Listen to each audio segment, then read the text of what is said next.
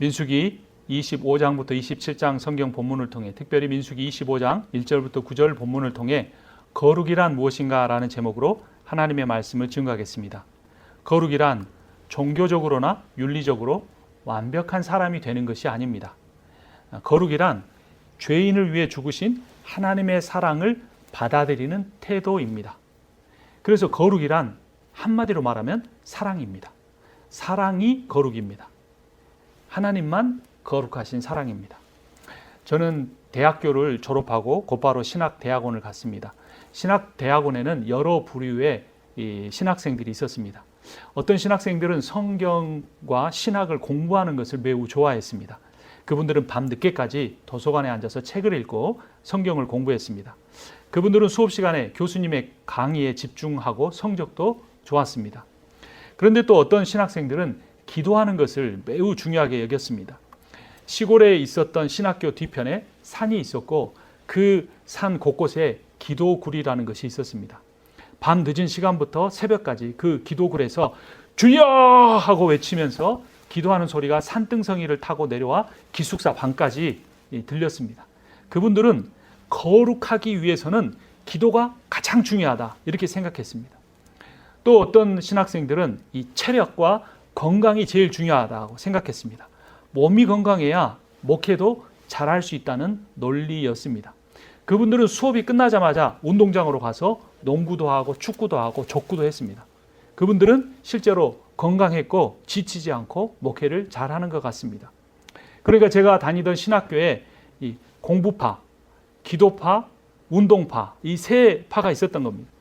여러분들이 생각하기에는 이 세 부류의 전도사님들 중에 어떤 분들이 가장 거룩하다고 생각이 됩니까? 저는 그 중에서 어떤 파에 속했을 것 같습니까? 저는 이 공부파에 속했습니다. 성경을 읽고 신학을 공부하는 것이 아주 좋았습니다.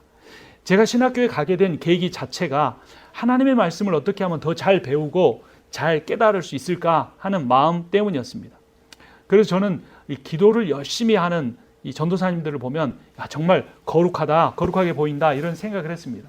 그래서 신학교 뒷산에서 기도를 하고 내려오시는데 이 성경책을 옆에다 딱 끼고 내려오면서 나이가 지긋해 보이시는 전도사님들이 걸걸하게 쉰 목소리로 할렐루야 임 목사님 하고 부르면 마치 모세가 이 시내산에서 하나님을 대면하고 내려오는 것 같은 그러한 느낌이 들기도 했습니다.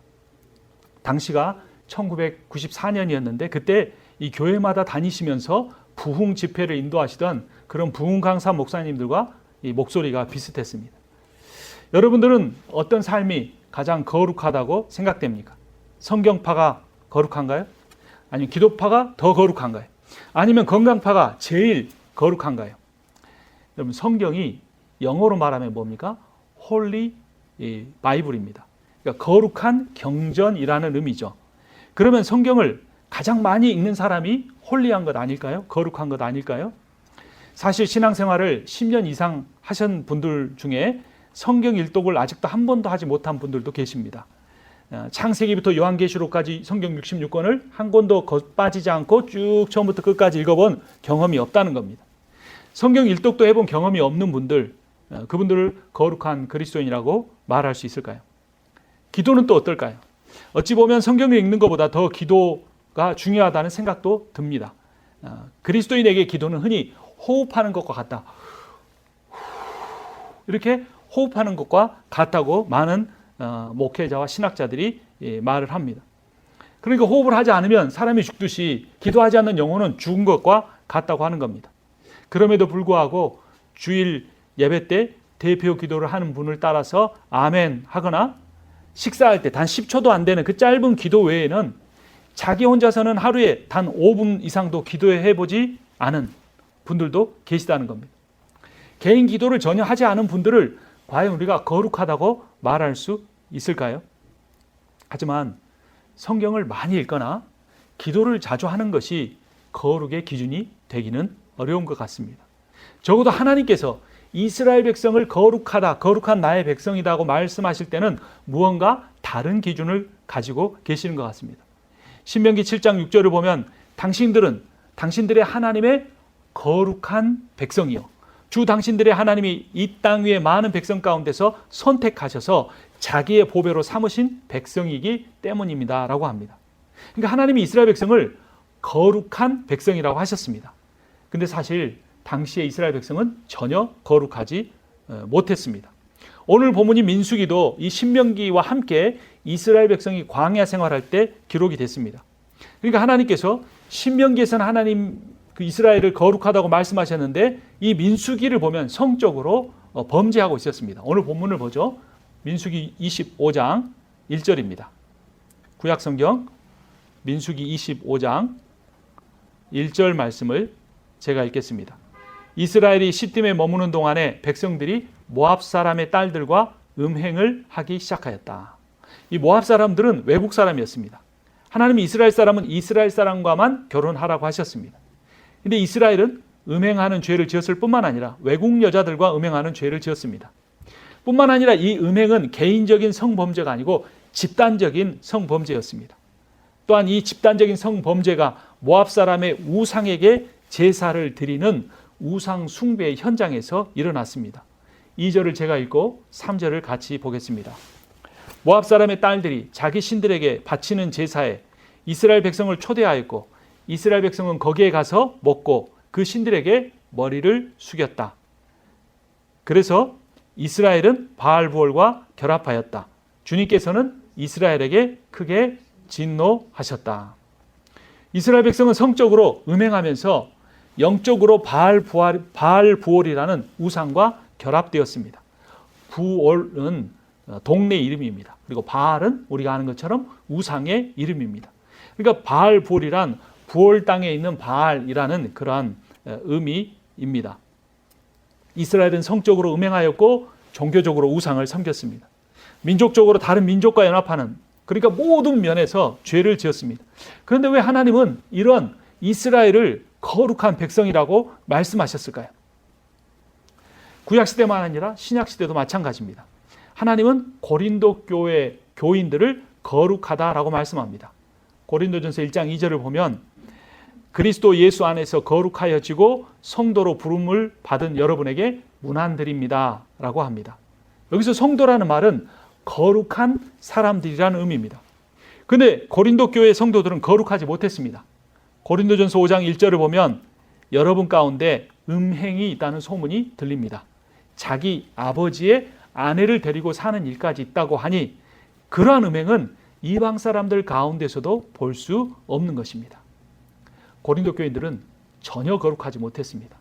성도 중에 한 사람이 자기 아버지가 재혼을 해서 새어머니가 생겼는데 그 아들이 자기의 새어머니와 부부관계를 가지고 있었고 그 고린도 교회에 출석하고 있었던 것입니다. 근데도 하나님은 바울을 통해서 이런 고린도 교회 거룩하지 못한 교인들을 성도다, 거룩한 사람들이라고 부르십니다. 그렇다면 도대체 하나님이 말씀하시는 거룩이란 무엇일까요? 거룩이란 종교적으로, 윤리적으로 완벽한 사람이 되는 것이 아닙니다. 거룩이란 죄인인 나를 위해, 나의 연약함을 위해 죽으신 하나님의 사랑을 받아들이는 겁니다. 그러니까 내가 하나님의 사랑을 아멘하고 받아들이면 그 사람은 거룩한 사람이고, 나 같은 죄인이 어떻게 하나님의 사랑을 받을 수 있습니까 하고 그 사랑을 받아들이지 않는다면 그 사람은 거룩하지 못한 사람입니다. 인간은 절대로 자기 힘으로 거룩해질 수가 없습니다. 하나님만 거룩하시기 때문입니다. 그런데 하나님의 사랑을 받아들이고 그 사랑을 누리는 사람은 그 사랑으로 하나님도 사랑할 수 있고 다른 사람도 사랑할 수 있기 때문에 그 받은 사랑으로 인해 그 사랑을 베푸는 거룩한 사람이 될 수 있습니다. 하나님은 광야의 이스라엘 백성이나 고린도 교회 교인들이 윤리적으로 도덕적으로 깨끗하지 못하고 거룩하지 못하다는 사실을 알고 계셨습니다.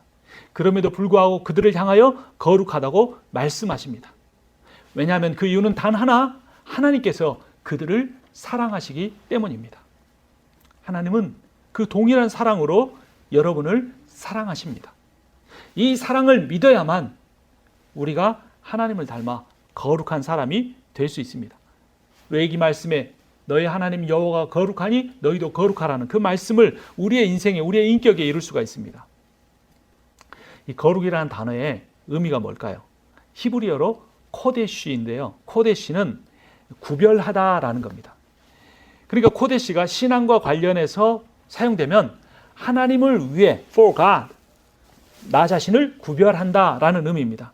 예를 들어 여기 책상이 하나 있다고 생각해 보죠.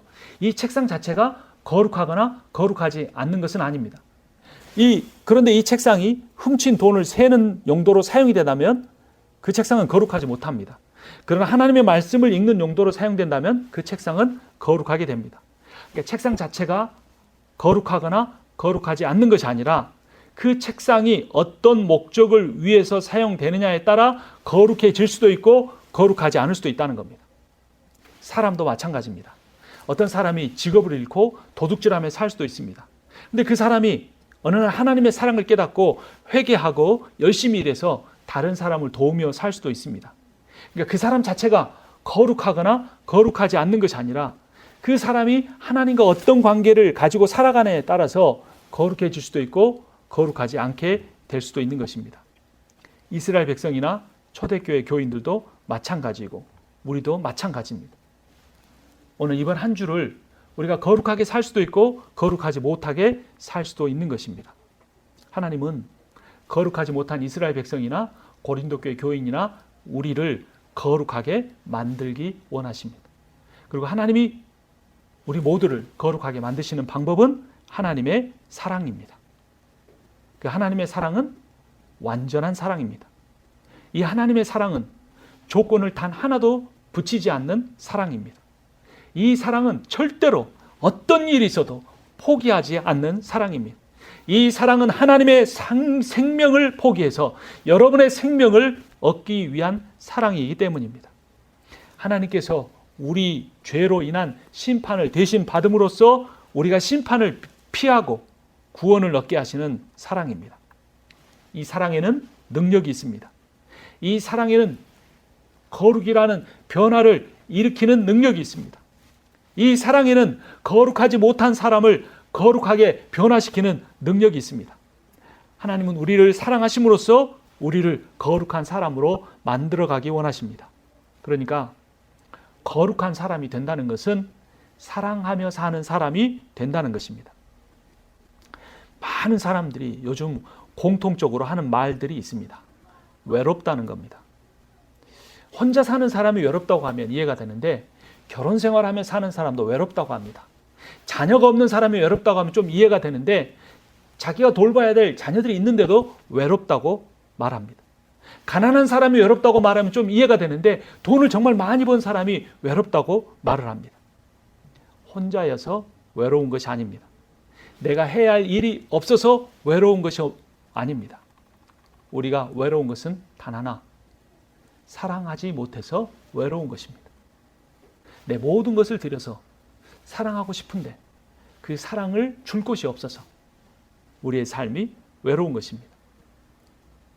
사랑하지 못하니 외로워서 바알볼의 이스라엘 백성들처럼 음행을 하고 고린도 교회 성도처럼 자신의 아버지가 재혼한 새어머니와 관계를 갖거나 도박을 하거나 다른 사람을 비판하거나 자신을 다른 사람과 비교하거나 다른 사람을 정죄하거나 자신에 대한 열등감을 갖고 살아가는 것입니다. 결국 사랑하지 못해서 외로운 것이고 사랑하지 못해서 거룩한 삶을 살지 못하는 것입니다.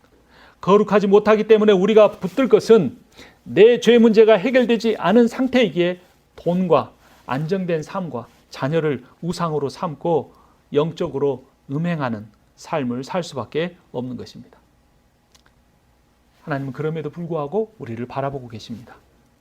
광야에서 음행하는 이스라엘 백성들을 거룩한 백성이라고 말하고 고린도 교회에 타락한 교인들을 성도라고 말씀하시는 그분이 오늘 예배드리는 여러분을 향하여서 너희는 나의 사랑을 받을 자격이 있는 성도라 거룩한 사람들이라 말씀하십니다.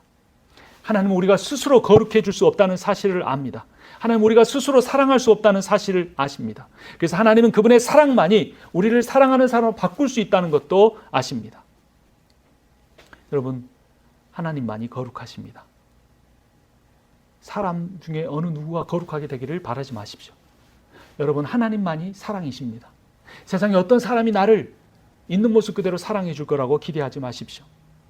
하나님의 사랑이 거룩이고 그분의 변함없는 그 사랑이 거룩을 만들어낼 수가 있습니다.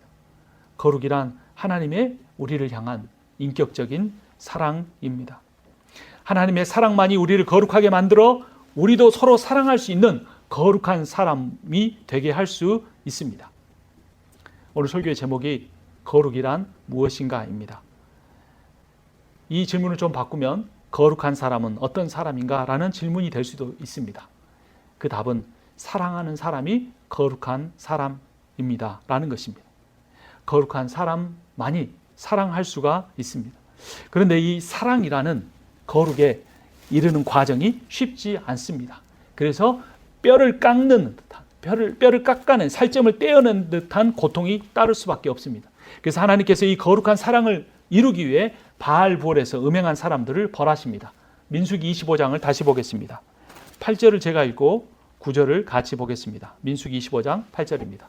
그 두 남녀를 따라 장막 안으로 들어가 이스라엘 남자와 미디안 여자의 배를 꿰뚫으니 연병이 이스라엘 자손 사이에서 그쳤다.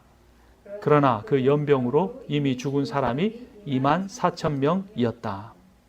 하나님은 징계를 통해 몇몇 사람의 죄가 이스라엘 전체로 퍼져나가지 못하게 막으셨습니다. 이스라엘을 사랑하시기 때문에 그들의 거룩을 회복하시기 위해 그들을 징계하셨습니다. 하나님은 음행과 우상 숭배를 반드시 심판하십니다. 하지만 그렇게 징계하심에도 불구하고 자기 백성을 완전히 버리지는 않으십니다. 하나님께서 이스라엘 백성에게 두 번의 인구 조사를 하셨습니다. 이 인구 조사 내용을 보면 하나님의 용서와 자비를 알 수 있습니다. 먼저 민수기 26장을 보죠. 26장 51절을 보면 같이 제가 끝부분 읽어보겠습니다. 이들과 같이 등록된 이스라엘 자손은 모두 60만 1730명이었다라고 합니다. 이게 민수기의 거의 끝부분에 해당됩니다. 민수기의 가장 첫 부분인 1장 46절을 보면 등록된 이들은 모두 60만 3550명이다 라고 숫자가 나옵니다. 그러니까 출애굽 1세대의 수인 60만 1730명에서 출애굽 2세대의 숫자인 60만 3550명을 빼면 1820명이라는 숫자가 나옵니다. 이 숫자가 줄어든 숫자인데 이 숫자는 0.3%에 불과합니다. 이 1차 인구조사와 2차 인구조사 사이에는 40년이라는 거대한 시간이 흘렀습니다.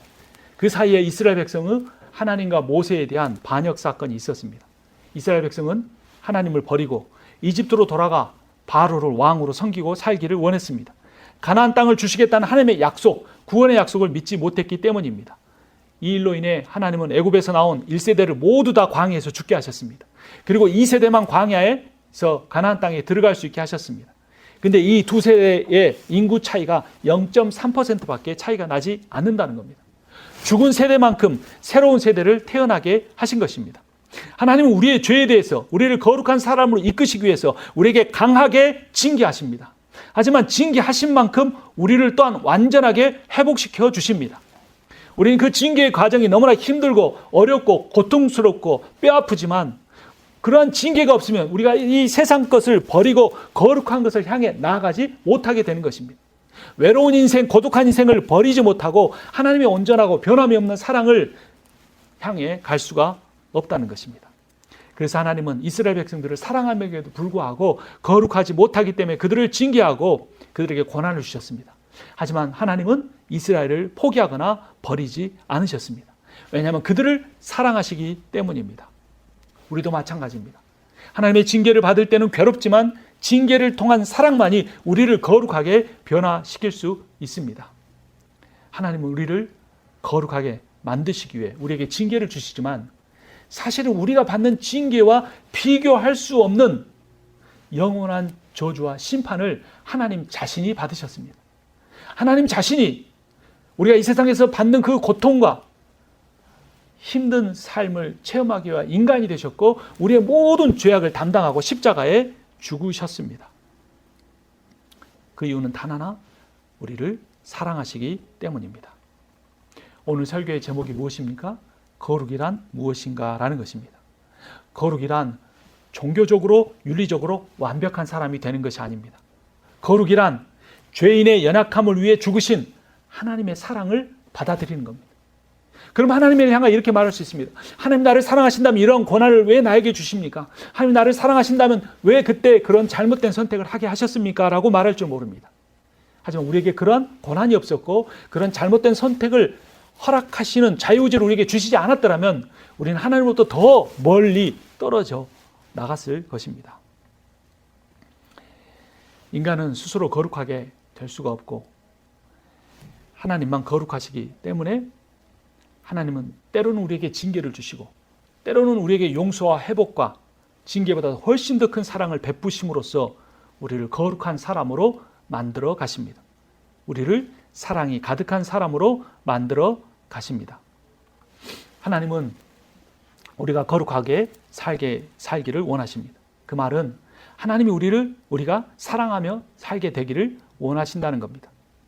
그리고 하나님은 우리가 거룩하게 돼가고 사랑하며 살게 하는 그러한 선한 일을 우리 안에서 예수 그리스도와 성령을 통하여 이미 시작하셨습니다.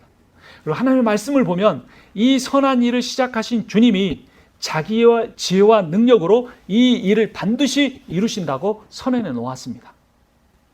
하나님의 여러분을 향한 선한 계획은 여러분의 능력이나 지혜가 아니라 하나님의 능력과 지혜로 반드시 이루어질 것입니다. 그러므로 염려하지 마십시오. 걱정하지 마십시오. 현재 내 몸의 상태가 어땠든 현재 내 영적인 상태가 어땠든 하나님 우리를 택하셨기 때문에 반드시 우리를 끝까지 포기하지 않으시고 사랑하시고 우리를 거룩한 사람으로 만들어 가실 것입니다. 그 과정에서 우리는 어떻게 할 수 있을까요? 사실 모든 사람은 죄인입니다. 그런데 모든 죄인 가운데 두 가지 종류의 죄인이 있습니다. 한 종류의 죄인은 죄를 사랑하면서 그 죄를 짓는 사람입니다. 근데 또 다른 죄인이 있습니다. 그 죄로부터 완전하게 벗어나지는 못하지만 그 죄를 미워하면서 그 죄와 싸우며 살아가는 죄인이 있습니다. 그래서 그 죄와 싸우는데 어느 정도까지 싸우냐면 죽기까지 싸우는 겁니다. 어제 실패했고 또 오늘 또 넘어졌고 1시간 전에 또 넘어졌지만 다시 그 죄를 미워하고 일어서서 죄와 싸우려는 죄인이 있는 것입니다. 우리 안에도 이런 죄와 싸우려는 열망이 있어야 됩니다. 죄와 싸우려는 열망은 바꿔 말하면 하나님의 거룩을 갖고자 하는 열망입니다. 하나님의 거룩은 내가 윤리적으로 도덕적으로 온전해지는 사람이 되는 것이 아니라 하나님의 사랑을 받아들이고 그 사랑으로 다른 사람을 사랑하며 사는 것입니다. 다른 사람을 사랑하기 위해서 우리가 해야 될 일이 한 가지 있는데 그것은 자신의 연약함을 인정하는 겁니다. 여러분, 하나님은 어떠한 죄인이라도 받아주십니다. 그래서 그 어떠한 죄인이라도 받아주시는 그 사랑을 경험한 사람은 자신이 가지고 있는 어떤 열등감이나 상처나 아픔이 있다고 할지라도 그 문제가 복음 안에서 해결됩니다. 그래서 그 복음 안에서 자신의 열등감이나 연약함이 해결된 사람은 다른 사람들 앞에서 그 열등감이나 연약함을 감추려 하지 않습니다. 그런데 이 하나님의 무조건적인 사랑의 복음을 깨닫지 못한 사람은 하나님을 안다고 말함에도 불구하고 성경을 많이 읽음에도 불구하고 기도를 많이 함에도 불구하고 자신의 연약함을 절대로 드러내놓지 않으려고 하는 겁니다. 그래서 인생을 살아가면서도 피상적인 대화만 하고 자신 안에 내면에 있는 깊은 이야기를 끄집어내지를 못하는 것입니다. 자신의 연약함을 드러내지 못하는 사람은 다른 사람의 연약함도 받아들이지 못합니다. 그래서 하나님이 나를 사랑하신다는 걸 믿음에도 불구하고 내가 다른 사람을 사랑해야 한다는 걸 알면도 불구하고 다른 사람의 연약함을 보면 판단하게 되고 그 사람의 연약함을 내 것으로 받아들이지 못하는 것입니다. 그래서 근본적인 문제는 그 사람의 연약함을 받아들이지 못하는 것이 아니고 내가 하나님 앞에 내 연약함의 문제를 해결받지 못했다는 데 있는 것입니다. 하나님은 우리의 어떤 연약함이라도 다 받아주십니다. 이미 2000년 전에 골고다 언덕에서 십자가 위에서 내 모든 연약함이, 내 모든 거룩하지 못함이, 내 모든 악함이 다 해결되었습니다. 그 죄값을 예수 그리스도께서 치르고 죽으셨습니다. 오늘 민수기 27장 7절을 한번 보겠습니다. 그때 당시에 가장 연약한 사람들의 이야기가 하나 더 나옵니다. 27장 7절 말씀 같이 읽겠습니다. 슬로부앗의 딸들이 한 말이 옳다. 그 아버지의 남자 친족들이 유산을 물려받을 때 너는 그들에게도 반드시 땅을 유산으로 주어라. 너는 그들의 아버지가 받을 유산이 그 딸들에게 돌아가게 하여라. 당시의 여자는 사람을 세는 숫자에 포함되지 않았습니다. 그래서 이스라엘 백성의 숫자를 셌을 때 60만 명이다. 아까 대충 그랬을 때 그 60만 명에는 여자의 숫자는 들어가지 않는 겁니다. 사람을 셀 때 숫자에도 들어가지 못했기 때문에 당연히 아버지가 죽어도 아버지의 재산을 물려받을 수 없었습니다. 하지만 하나님께서는 슬로보앗의 딸들에게 아버지의 재산을 물려받을 수 있도록 해 주셨습니다. 하나님의 사랑에는 차별이 없습니다. 성별이나 인종이나 민족이나 신분을 뛰어넘는 거룩한 사랑입니다. 하나님의 사랑이 이러하기 때문에 그리스도인인 우리의 세상 사람들을 향한 사랑도 마찬가지여야 합니다. 나와 비슷한 사람만 사랑하거나 내가 이해할 수 있는 사람만 사랑하거나 나와 대화가 잘 통하는 사람만 사랑하는 것이 아니라 내가 이해할 수 없고 받아들이기 힘들고 내가 경험해보지 못한 그러한 종류의 사람일지라도 사랑할 수 있어야 합니다. 그리스도인은 특별히 힘든 사람을 더 잘 돌봐야 합니다. 오늘 설교를 제 신학교 시절 이야기로 시작했습니다. 성경을 많이 읽는 것도 중요하고 기도를 자주 하는 것도 중요하지만 이런 것들은 거룩의 본질이 아니라는 겁니다. 거룩이 무엇입니까? 거룩은 사랑입니다. 근데 이 사랑이 특별히 힘들고 어려운 사람을 향한 사랑이어야 합니다. 이 사랑이 특별히 힘들고 어려운 교회를 향한 사랑이어야 합니다. 여러분, 내 인생도 힘들지만 내 인생 하나 붙들고 가는 것도 너무나 힘들지만 인생이 왜 이렇게 힘들까 생각하다 보면 주변을 돌아보게 되고 주변에 있는 모든 사람의 삶이 힘들구나 라는 걸 깨닫게 됩니다. 내가 그 일을 경험해 보지 못했을 때는 그 일을 겪는 사람을 이해해 준다고 말했지만 온전히 이해할 수 없습니다. 하지만 내가 고난을 겪고 아픔을 겪고 건강이 악화될 때 이 세상에 너무나 힘든 사람이 많다는 것을 깨닫게 됩니다. 그래서 나의 힘듦이 다른 사람을 향한 자비와 긍휼이 될 때 내 인생이 왜 이렇게 힘들어야 하는지의 이유를 깨닫게 됩니다. 인생 자체가 힘들어서 힘든 것이 아니고 서로 하나라는 사실을 몰라서 힘들었구나. 근데 나는 거기에 돈을 더 많이 모으고 더 건강해지고 자녀가 잘 되고 교회가 성장하면 힘든 것이 사라지고 행복해질 것이라고 착각했구나. 그러나 하나님이 말씀하시는 행복이란 힘든 인생이 힘들지 않게 되는 것이 아니라 힘들어하는 사람들이 모여서 자기의 힘든 것을 고백하고 다른 사람의 힘든 것을 받아주며 서로 위로하고 격려하고 사랑하면서 사는 것이구나라는 것을 깨닫게 됩니다. 이 사실을 깨닫지 못하면 우리는 다른 힘든 사람을 받아주지 못하고 대신 그 사람들이 채워져야 할 그 공간에 세상의 우상을 바알볼과 같은 우상을 채우거나 음행을 채우거나 또 여러 가지 것들을 채우며 힘들게 인생을 살다가 마칠 수도 있을 것입니다. 예수님은 십자가를 지시기 직전에 이렇게 기도하셨습니다. 아버지와 제가 하나인 것처럼 저들도 하나가 되게 해 주시옵소서. 거룩이란 무엇입니까? 거룩이란 사랑으로 하나가 되는 것입니다. 이 사랑은 혼자서 절대로 이룰 수 없는 것이고 함께하는 공동체, 관계 속에서 이루어갈 수 있는 것입니다. 손 하나만 건강하거나 발 하나만 건강한 것이 아니라 몸의 전체 모든 기관들이 다 건강해야 하는 것처럼 내가 신앙생활을 잘한다는 것은 나 혼자 뭔가를 잘하는 것이 아니라 나와 함께한 지체들이 다 온전한가 돌아보며 사랑하며 사는 것입니다. 하나님의 이 거룩한 사랑을 받아들이고 자유를 얻어서 자신의 연약함을 다른 지체들과 나누고 다른 지체의 연약함을 받아들이면서 거룩한 사랑을 함께 이루어가는 저와 여러분이 되기를 주님의 이름으로 축원합니다. 기도하겠습니다. 거룩하신 하나님, 은혜를 감사합니다. 처음부터 끝까지 변함없는 사랑으로 사랑하여 주시니 감사합니다.